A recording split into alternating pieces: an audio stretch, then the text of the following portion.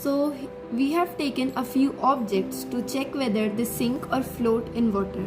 So these are they: a pen cap, a piece of thread, few thermocol pieces, a stapler pin, few coins, a cell, a hair clip. So let's try. So the cell is here. We drop it and it sinks very quickly, as you can see.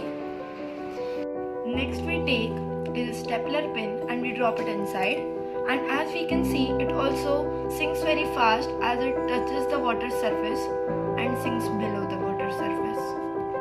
Next we take a hair clip and we drop it. It also sinks very quickly, as you can see, and it is not on the surface.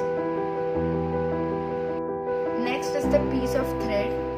We drop it. You can see first it floats on the surface for a few seconds and then slowly it has started sinking below the water surface. Next we take is a pen cap and we'll drop it. We can see it is floating on the surface and it does not sink. And we take a few coins and we drop them. They also go below the water surface as they sink. Next we take is few thermocol pieces and we they also float on the water surface and they do not sink.